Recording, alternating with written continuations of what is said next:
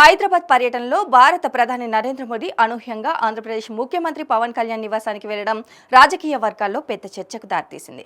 కేవలం పరామర్శకే పరిమితం కాకుండా పవన్ కుటుంబ సభ్యులతో ప్రధాని గడిపిన క్షణాలు, పవన్ సతీమణి అన్నా లెజ్నోవా చేసిన సోషల్ మీడియా పోస్ట్ ఇప్పుడు నెట్టింట విపరీతంగా ఆకట్టుకుంటున్నాయి. భారత ప్రధాని నరేంద్ర మోదీ ఆదివారం సాయంత్రం జూబ్లీహిల్స్ లోని పవన్ కళ్యాణ్ నివాసానికి విచ్చేశారు.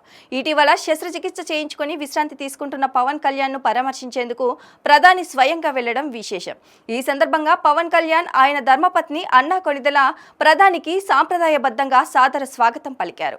ప్రధాని మోదీ పవన్ తో ఏకాంతంగా మాట్లాడమే కాకుండా ఆయన ఆరోగ్య పరిస్థితి గురించి, శస్త్రచికిత్సకు దారితీసిన కారణాల గురించి ఆరా తీశారు.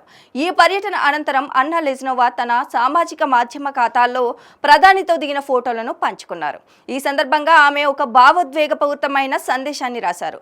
ప్రధాని మా ఇంటికి రావడం ఎంతో ఆనందంగా ఉంది.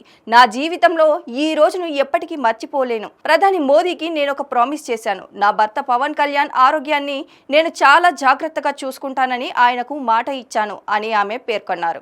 దేశ నాయకుడికి ఒక ఇల్లాలుగా ఆమె ఇచ్చిన ఈ హామీ అభిమానులను విపరీతంగా అలరిస్తోంది. ప్రధాని మోదీ పర్యటనపై పవన్ కళ్యాణ్ సామాజిక మాధ్యమాల వేదికలుగా కృతజ్ఞతలు తెలిపారు. దేశ ప్రధాని హోదాలో ఉండి కూడా తీరిక లేని షెడ్యూల్ మధ్య తన నివాసానికి వచ్చి పరామర్శించడం మోదీకి ఉన్న పెద్ద మనసు చాటుతోందని పవన్ కళ్యాణ్ కొనియాడారు.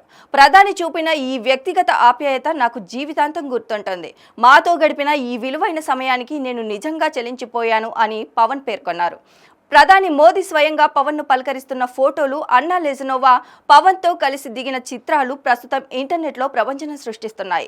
రాజకీయాలకు అతీతంగా ఒక కుటుంబ సభ్యుల్లా ప్రధాని వ్యవహరించిన తీరును ఇరు పార్టీల కార్యకర్తలు ప్రశంసిస్తున్నారు. అన్నా లెజ్నోవా చేసిన పోస్ట్ కింద వేల సంఖ్యలో నెటిజన్లు స్పందిస్తూ పవన్ త్వరగా కోలుకోవాలని ఆకాంక్షిస్తున్నారు. ప్రధాని పర్యటనతో అటు రాజకీయంగా, ఇటు వ్యక్తిగతంగా పవన్ కళ్యాణ్ స్థాయి మరింత పెరిగిందని విశ్లేషకులు అభిప్రాయపడుతున్నారు.